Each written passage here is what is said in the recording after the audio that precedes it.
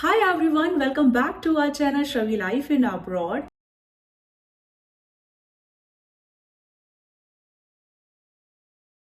Are you new parent here in Germany or expecting a baby soon? Wondering to find a good Kinderarzt we say in German and in English we say pediatrician. How to get a medical card of your newborn and when to start the vaccination process. This video has everything you need to know. In Germany, healthcare system is well organized, but it can be confusing when you are new here. Don't worry, I will walk you through the entire process step by step. My first topic is how and when to find a Kinderarzt pediatrician, how to apply for a baby's health insurance card, step-by-step newborn vaccination process in Germany. By the end of this video, you will know exactly where to go, what documents you need, and how to ensure your baby to get all the vaccination on the time. So make sure watch this video till the end. And don't forget to like, subscribe and hit the bell icon button for more information about life in Germany. Let's get started. So as my first topic is when and how to find your child specialist. So सबसे पहला option जो आता है online platform का। Online platform मतलब आप Google पे अपनी लोकेशन डालकर और सर्च कर सकते हैं कि आपकी लोकेशन में कौन कौन से पीडियाट्रिशियन हैं और उनके कॉन्टैक्ट आप निकाल लीजिए, उनसे बात कर लीजिए। अगर वो जर्मन में बात करना स्टार्ट आपसे कर रहे हैं, क्योंकि ऑब्वियसली वो जर्मन में स्टार्ट करेंगे, तो फिर आप उनसे इंग्लिश सपोर्ट के लिए रिक्वेस्ट कर सकते हैं। अदरवाइज उनका कॉन्टैक्ट अगर आप निकाल ही चुके हैं तो फिर आप उनसे मीटअप के लिए अपॉइंटमेंट ले सकते हैं और डायरेक्ट फिर फेस टू फेस अपनी बात उनको ज़्यादा अच्छे से समझा पाएंगे आप, तो आप उनसे मिल सकते हैं। तो इसके साथ साथ आपके पास ऑप्शन, अगर आपका कोई व्हाट्सएप ग्रुप है, फेसबुक ग्रुप है और उनको पता है आपकी लोकेशन का या वो आपकी लोकेशन के ही लोग हैं, तो आप उनसे भी कॉन्टैक्ट्स ले सकते हैं। अगर उनके नॉलेज में कोई कॉन्टैक्ट है तो आपकी हेल्प करेंगे और इस तरीके से भी आप कॉन्टैक्ट डॉक्टर का अपनी लोकेशन में निकाल सकते हैं। और इसके साथ साथ एक ऑप्शन और आता है नेक्स्ट, कि जो आपकी प्रेगनेंसी जर्नी में जो डॉक्टर हैं आपके गायनिकोलॉजिस्ट, वो भी आपकी हेल्प कर सकते हैं इस चीज़ में। वो आपको कॉन्टैक्ट्स बता सकते हैं आपकी लोकेशन के। एबामे भी आपकी इस चीज़ में हेल्प कर सकती हैं। एबामे से भी आप डिस्कस कर सकते हैं ये चीज़ कि मतलब हम अपनी लोकेशन में फाइंड कैसे करें डॉक्टर, और अगर उनके नॉलेज में कोई डॉक्टर है तो वो भी आपको बता सकती है। अब हेबामे कौन है, इनका क्या रोल है आपकी प्रेगनेंसी में, तो इसका मैंने ऑलरेडी एक वीडियो बना रखा है। सो मैं लिंक दे दूंगी और आप जाकर उस वीडियो को देख सकते हैं। ये बात हो गई how to find and when to find. तो आपका जैसे प्रेगनेंसी जर्नी चल रहा है, डिलीवरी टाइम आने से 1-2 महीने पहले आपको सर्च करना है चाइल्ड स्पेशलिस्ट। तो ये चीज़ आपको ध्यान रखनी है, पहले से आपको सर्च करके रखना है, तो आपके लिए काफ़ी हेल्पफुल रहेगा, मैस नहीं होंगी चीज़ें। और यहाँ पे ऑब्वियसली जर्मनी में थोड़ी चीज़ें पहले से आप करके रखें तो आपके लिए काफ़ी कन्वीनियंट रहता है। My next topic is babies medical health card. यहाँ जर्मनी में 2 तरीके के इंश्योरेंस होते हैं, medical health care insurance, private और पब्लिक। प्राइवेट और पब्लिक के लिए बहुत सारी कंपनीज हैं जो प्राइवेट और पब्लिक हेल्थ इंश्योरेंस प्रोवाइड कराती हैं। अलग अलग कंपनी के अलग अलग प्रोसीजर्स हो सकते हैं, थोड़े बहुत चेंजेस हो सकते हैं। और यहाँ पर जर्मनी में सभी के लिए हेल्थ इंश्योरेंस कंपलसरी है। यहाँ के सिटीजन के लिए भी, यहाँ के जो रेजिडेंट लोग हैं, चाइल्ड्स, न्यू बॉर्न, जिनके लिए मैं आपसे इस वीडियो में बात कर रही हूँ, सब के लिए हेल्थ इंश्योरेंस कंपलसरी है। ऑलरेडी पेरेंट्स का तो हेल्थ इंश्योरेंस कार्ड होगा, तो आप अपनी कंपनी में ही जाके उनसे बात कर सकते हो। उनकी वेबसाइट्स में जाके लॉगिन करके आप उन्हें इन्फॉर्म कर सकते हो कि मेरा बेबी न्यू बॉर्न है और मुझे उसका हेल्थ इंश्योरेंस कार्ड चाहिए। तो हो सकता है कि वो आपको कोई फॉर्म वगैरह फिल कराएं, पहले इस प्रोसीजर से स्टार्ट करें। मेरे केस में क्या था, मुझसे उन्होंने बोला था कि आप बेबी का बर्थ सर्टिफिकेट अपलोड कर दो, तो मैंने उनकी वेबसाइट में अपलोड कर दिया था और बेबी का health insurance card with in 3 to 4 weeks में मैक्स आ जाता है।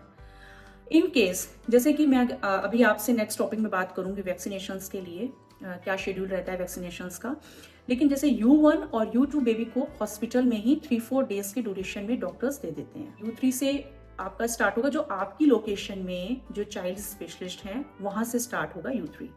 ठीक है, तो जब डॉक्टर के पास आप जाते हो, बाई चांस कभी ऐसा हो सकता है कि आपके पास बेबी का हेल्थ इंश्योरेंस कार्ड नहीं आया है, तो ये चीज़ आप डॉक्टर को इन्फॉर्म कर सकते हो, वो आपकी हेल्प करेंगे, कोई सॉल्यूशन निकालेंगे। मे बी जो ऑप्शन है वो ये भी कर सकते हैं कि उस टाइम पे बेबी के हेल्थ कार्ड इंश्योरेंस के रेफरेंस में वो पेरेंट्स का हेल्थ कार्ड इंश्योरेंस लगा दें वहां। उसके बाद तो मतलब आ ही जाता है हेल्थ इंश्योरेंस कार्ड। आप वैक्सीनेशन के लिए जाइए या कभी भी आप हॉस्पिटल विजिट कर रहे हैं, आपका अपना, बेबी का, जिनके लिए भी आप हॉस्पिटल जा रहे हैं, हेल्थ इंश्योरेंस कार्ड होना कंपलसरी है। और बेबी का जो फर्स्ट हेल्थ केयर कार्ड बनेगा उसमें बेबी का कोई फोटो अपलोड करने के लिए वो नहीं बोलते हैं, वो बेबी के नेम से ही डायरेक्ट वो बन जाता है। सो अब बात कर लेते हैं बेबी वैक्सीनेशन शेड्यूल की। बेबी को किस किस ड्यूरेशन में वैक्सीनेशन दिया जाता है। तो जैसा कि मैं इस वीडियो में ऑलरेडी आपसे डिस्कस कर चुकी हूँ कि U1 और U2 वैक्सीनेशन बेबी के बॉर्न होने के बाद डिलीवरी हॉस्पिटल में ही दे दिया जाता है 3-4 डेज के ड्यूरेशन में, ठीक है। और जब आप अपनी लोकेशन में, मतलब जो डॉक्टर आपने अपनी लोकेशन में फाइंड किया है, चाइल्ड स्पेशलिस्ट, किंडरगार्टन, वहां पर जब आप जाओगे तो वो U3 से स्टार्ट करेंगे। U3 दिया जाता है 4 से 5 वीक्स के ड्यूरेशन में, वॉक है यानी कि वीक्स। और U4 दिया जाएगा 3 से 4 मोनाट, मतलब मंथ, 3 से 4 मंथ्स के ड्यूरेशन में। फिर U5 वैक्सीनेशन दिया जाएगा 6 से 7 मंथ्स की ड्यूरेशन में। यहाँ पर अब आप देखोगे U6 का जो वैक्सीनेशन टाइम है वो है 10 से 12 मंथ्स की ड्यूरेशन में। तो जैसे कि आपका बेबी बॉर्न हो गया, ठीक है, उसके बाद अगर आप अपने होम टाउन, अपनी कंट्री जाना चाहते हो, अपने बेबी को उनके ग्रैंड पेरेंट्स या फिर अपने फैमिली मेंबर्स सबसे मिलवाना चाहते हो, तो फिर ये टाइम आपके लिए एक अच्छा ऑप्शन है, क्योंकि U5 दिया जाता है 6 से 7 मंथ्स की ड्यूरेशन में, और उसके बाद U6 यानी कि 10 से 12 मंथ्स की ड्यूरेशन। तो आप देखिए इसके बीच 6 से 7 और 10 से 12 के बीच आपको 2 से 3 महीने मिल रहे हैं। तो इस बीच आप अपने होम कंट्री प्लान कर सकते हो जाने का। लेकिन ट्रैवल स्टार्ट करने के लिए, मतलब आप प्लानिंग कर रहे हो ना, तो उसके पहले ही जब आप U4 के लिए जाते हो ना, तो उसी के आसपास आप अपना ट्रैवल प्लान डिस्कस कर सकते हो डॉक्टर से, वो आपको करना ही पड़ेगा। तो उसी अकॉर्डिंग फिर डॉक्टर सेट करते हैं कि वो वैक्सीनेशन, मतलब जो ड्यूरेशन है उसमें वो कब दे सकते हैं। फिर जब आप अपना ट्रैवल स्टार्ट करोगे, उसके बाद वापस आओगे, तो वो डॉक्टर पहले से ही बता देते हैं कि नेक्स्ट वैक्सीनेशन आपके वापस आने के बाद कब देंगे। मेरे केस में से मैं वापस आई थी इंडिया से, 6 मंथ्स के बाद मैं एंजा को लेकर इंडिया गई थी, और जब मैं वापस आई थी तो उसके कुछ दिन के बाद ही, 3-4 डेज के बाद ही एंजा का वैक्सीनेशन था।